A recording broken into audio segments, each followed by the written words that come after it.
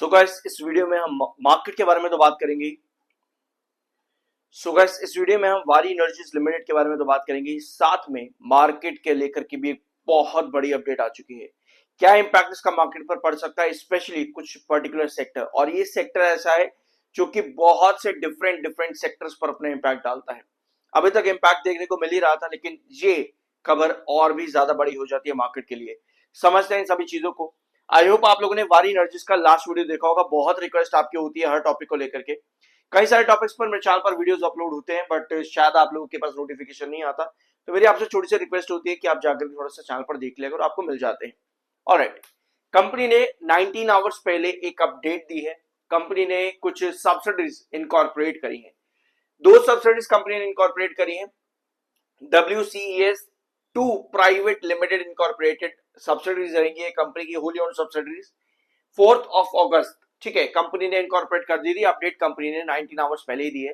किस लिए ये कंपनी ने सब्सिडीज लॉन्च करी है?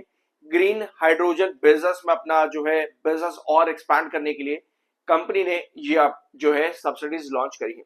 इसके अलावा स्मार्ट मीटर एक्वायर कंपनी ने कर लिया 24.21% का of Appleton engineers for 21.78 crore. ये अपडेट कंपनी ने कल ही के दिन दी है, और कल ही कंपनी ने ये एक्विजिशन भी किया 24.21% of Appleton engineers for 21.78 crore rupees का। ऑलराइट, तो ये कुछ बड़ी अपडेट कंपनी से रिलेटेड हो जाती है। मैं आपको एक चीज बता दूं, क्वार्टर रिजल्ट्स को लेकर के जो कंपनी के नंबर्स आए थे इस बार Q1 में, मेरे चैनल पर उसका वीडियो अपलोडेड है, जाकर के देख सकते हो। और क्या इंपैक्ट उसका पड़ा है उसका एक छोटा सा क्लिप मैं आपके सामने यहाँ पर रखता हूँ। पहले मार्केट एक्सपर्ट्स पे आ जाओ एक बार। जुलाई 30 तारीख को मार्केट एक्सपर्ट्स आनंद राठी की तरफ से आपको एक बड़ा टारगेट देखने को मिला था वारी एनर्जीज पे। 3,333 रुपीज का बाइंग की रेटिंग भी देखने को मिली थी। अब देखना यह है कि ये टारगेट्स कब अचीव होते हैं। नेक्स्ट आपके पास आते हैं प्रभुदास लीलाधर। इन्होंने भी 30 जुलाई को ही 3,280 रुपीज का टारगेट दिया था वारी एनर्जीज में बाइंग की रेटिंग के साथ में। मैं आपको एक चीज बता दूं कि जिस भी मार्केट एक्सपर्ट्स या ब्रोकरेज हाउसेस की तरफ से या रेटिंग एजेंसीज की तरफ से किसी भी कंपनी को लेकर के अगर आप कोई बहुत बड़े टारगेट देखते हो, जैसे यहां पर अभी आपको देखने को मिल रहे हैं, तो सबसे पहले ये देखा करो कि इनकी रिपोर्ट्स क्या कहती हैं, क्योंकि ज्यादातर मार्केट एक्सपर्ट्स और ब्रोकरेज हाउसेस जो भी अपने टारगेट देते हैं, साथ में ये एक्सपेक्टेशन लेकर के भी चलते हैं कि कंपनी आने वाले क्वार्टर या आने वाले फाइनेंशियल ईयर में इतना अच्छा परफॉर्मेंस करेगी तो ये टारगेट्स अचीव होते देखने को मिलेंगे। फॉर एग्जांपल, आने वाले फाइनेंशियल ईयर 27 पूरा जो कंप्लीट हो जाएगा, फाइनेंशियल ईयर 28 तक जो कंपनी का एबिटा है कितना एक्सपांड करेगा, कंपनी का पी किस तरह से एक्सपांड करेगा, उसके अकॉर्डिंग मार्केट एक्सपर्ट्स के टारगेट्स होते हैं। तो उन रिपोर्ट्स को भी देखा करो, यानी कि अगर कुछ भी दिक्कत कंपनी के आने वाले क्वार्टर्स पर रहेगी तो ये अपने एस्टिमेट्स को भी कट कर देते हैं और फिर अपने टारगेट्स को भी कट कर देते हैं। तो टारगेट्स बड़े मिलने का मतलब ये नहीं कि वो टारगेट्स अचीवेबल है बहुत शॉर्ट टर्म में। जो एक्सपेक्टेशन है उनके अकॉर्डिंग कंपनी को काम भी करना जरूरी होता है, अदरवाइज ये टारगेट्स अपने कट बाद में कर देते हैं। 30.4 पर MFI, 44.2 पर आपका RSI है। MACD सिग्नल काफी ज्यादा बेयरिश इस समय बना हुआ है। एक छोटा सा क्लिप लेते हैं हम लास्ट वीडियो का। ये वीडियो मैंने आप लोगों के साथ लिया था कंपनी के Q1 के दिन पे, जब कंपनी ने अपने Q1 के रिजल्ट्स अनाउंस करे थे। उसके बाद से क्या क्या हुआ और जो क्या हमने डिस्कस किया था एक बार यहाँ पर देखते हैं, फिर हम चार्ट पढ़ेंगे। तो क्या यहाँ पर डायगोनल को क्रॉस करने के लिए जाएगा? अगर देखो डायगोनल क्रॉस करने के लिए जाता भी है तो आई बिलीव कि कहीं ना कहीं जो क्लोजिंग है वो आपको डायगोनल के नीचे ही देखने को मिलेगा, मतलब कि रिजेक्शन मुझे लगता है कि ये बना रहेगा एज इट इज वारी एनर्जीज के अंदर। पर स्टिल देखते हैं, क्योंकि वारी एनर्जीज में डायगोनल क्रॉस करना बहुत जरूरी है। 2810 के पास एक बहुत बड़ा रिजेक्शन है डायगोनल के बाद है। अब देख, ठीक है, तो इतना काफी है। इस वीडियो में हम लोगों ने डिस्कस किया था कि डायगोनल का लगातार रिजेक्शन बनता हुआ है वारी एनर्जीज में। आपको मालूम है कि केन्स टेक्नोलॉजी में भी ऑलमोस्ट सिमिलर डायगोनल पैटर्न ही था। ऑल्दो डायगोनल पैटर्न के बहुत से तरीके अलग अलग होते हैं, एक डायगोनल इस तरह से भी आपका आ रहा होता है। केन्स टेक्नोलॉजी में ऐसा डायगोनल था जिसको ब्रेकआउट करा केन्स टेक्नोलॉजी ने। तो डायगोनल पैटर्न केन्स टेक्नोलॉजी ने ब्रेकआउट करा, तो उसमें आपको बड़ी रैली देखने को मिली। अभी कंपनी रिजल्ट अनाउंस करे, देखते हैं क्या पोजीशन देखने को मिलेगी उसके बाद में। वारी एनर्जीज में भी इसी डायगोनल का रिजेक्शन आपको लगातार देखने को मिल रहा है। एक बार डायगोनल अगर क्रॉस करके सस्टेन करते हैं तो ब्रेकआउट्स की पॉसिबिलिटी होती है, लेकिन अगर डायरेक्ट डायगोनल का रिजेक्शन बना रहा है दैट मींस कि आपको धीरे धीरे करके गिरावट देखने को मिलेगी। तो लास्ट वीडियो में हम लोगों ने डिस्कस किया था कि नंबर्स के अकॉर्डिंग हमें लगता है कि कंपनी कहीं ना कहीं सेशन में डायगोनल को क्रॉस करने के लिए जाएगी, लेकिन जो क्लोजिंग है वो डायगोनल के नीचे ही देखने को मिले। अब उसके बाद से लगातार वारी एनर्जीज में ये हुआ भी कि कंपनी में आपको उसके बाद से डायगोनल के नीचे ही क्लोजिंग देखने को मिली।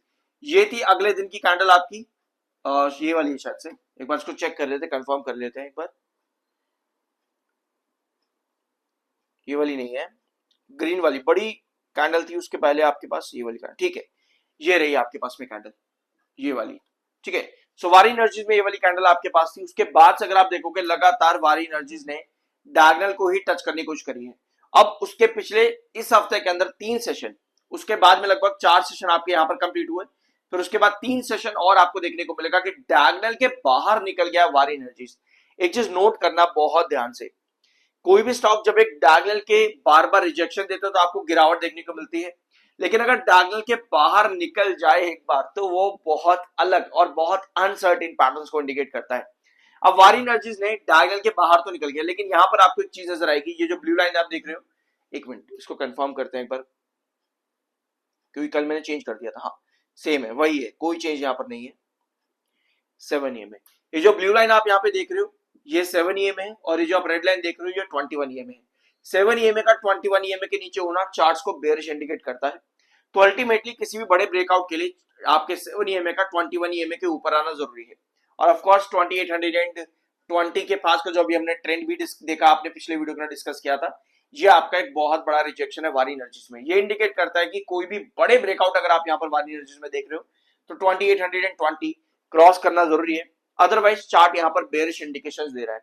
और अगर फिर से यहाँ पर डायगोनल के नीचे गिरावट देखने को मिलती है, दैट मींस कि आपका स्टॉक यहाँ पर और भी ज्यादा करेक्शन बना सकता है। तो ultimately technical point of view पे चार्ट बेयरिश है, एमएससीआईडी सिग्नल भी बेयरिश है। किसी भी बड़े ब्रेकआउट के लिए यहाँ पर जो बात हो रही है, बड़े ब्रेकआउट के लिए 2820 क्रॉस करना जरूरी है, क्योंकि ये आपका एक बहुत बड़ा रिजेक्शन भी बना हुआ है वारी एनर्जीज के अंदर। ऑलराइट, सो ये हो जाता है कंप्लीट वारी एनर्जीज का चार्ट। अब सब्सक्राइब जरूर कर देना अगर अभी तक नहीं किया है तो। एक बार 1 आवर टाइम फ्रेम पर भी देख लेते हैं। वैसे 1 आवर टाइम फ्रेम की जो कहानी है वो कुछ अलग देखने को मिल रही है। 1 आवर टाइम फ्रेम के अकॉर्डिंग चार्ट यहाँ पर काफी अच्छा निकल चुका है, बट ये भी इंडिकेट कर रहा है कि 7 EMA 21 EMA के ऊपर है यहाँ पे। तो यहाँ पर भी आपका लगभग 2820 ही रहेगा, यहाँ पर भी 2820 यही प्राइस यहाँ पर भी रहेगा, और एक छोटा सा मिड रिजेक्शन यहाँ पे बन रहा है अराउंड 2750 पे, ठीक है। तो as per 1 our time frame 2750 ये आपका एक मिड रिजेक्शन है, 2820 ये आपका एक क्रूशियल रिजेक्शन है 1 आवर टाइम फ्रेम के अंदर, ठीक है। सो अब आते हैं आपके लास्ट पॉइंट पे, मार्केट को लेकर क्या खबर है। सो ये है अपडेट आपके मार्केट को लेकर के। यूएस सेनेट ने पास कर दिया है एक बिल, ये बिल सैंक्शंस लगाता है रशिया के ऊपर और ईरान के ऊपर भी। ये बिल कहता है, इसका इस बिल का नाम भी रखा है यूएस ने, बहुत प्यारा सा नाम रखा हुआ है, Lindsey O Graham Sanctioning Russia and Iran Act of 2026। ये इस बिल का नाम था जिसको कि ये अब एक्ट बनाना चाह रहे हैं, सैंक्शन करना चाह रहे हैं रशिया और ईरान को। इनके अकॉर्डिंग ये है कि जो भी यहां से ऑयल खरीदता है वो कहीं ना कहीं लड़ाई को बढ़ावा दे रहा है यूक्रेन के अगेंस्ट में, ठीक है। ये बोला है यूएस ने। इस बात को कहते हुए यूएस में आपको मेजॉरिटी वोटिंग इस एक्ट के फेवर में आती देखने को मिली, 86-11 से वोट यहां पर आया है। अब इसका इंपैक्ट क्या है, क्योंकि इन्होंने ये कहा है कि रशिया से जो भी ऑयल खरीद रहा है, रशिया उसको यूक्रेन पर लड़ने में अपनी जो है वेपन्स को यूज करता है, ये कहा है यूएस ने। और रशिया से ईरान से सैंक्शन ईरान और रशिया दोनों पर ये लगाना चाह रहे हैं। अब हमारा भी जो है ट्रेड है ऑयल का, चाहे किसी भी तरीके का ऑयल का, क्रूड ऑयल या ब्रेंट या कुछ भी, जो भी तरीके का ऑयल यहाँ पर हो, ठीक है, उस पर अगर सैंक्शन लगते हैं तो बहुत से ट्रेड्स, टैरिफ्स, बहुत सारा इंपोजिशन होता देखने को मिल सकता है। तो इंडियन मार्केट कहीं ना कहीं थोड़ा सा कॉशियस रहेगा इस पॉइंट को देखते हुए, ऐसा मुझे पर्सनल लगता है। काफी खराब खबर है मार्केट को लेकर के, और सिर्फ ऑयल सेक्टर ही नहीं, ऑयल अपने आप में सभी सेक्टर्स को इंपैक्ट करता है, प्राइसिंग को लेकर के, कॉस्टिंग को लेकर के, ठीक है। तो ये एक अपडेट आपकी देखने को मिल रही है आज के दिन में। अब देखते हैं किस तरीके से मार्केट इस अपडेट के ऊपर रिएक्ट करेगा आने वाले वीक के अंदर। बहुत बड़ी अपडेट है, और ये है वीडियो का एंड। कुछ नया जानने को मिला हो सब्सक्राइब करना, मिलता अगले वीडियो में।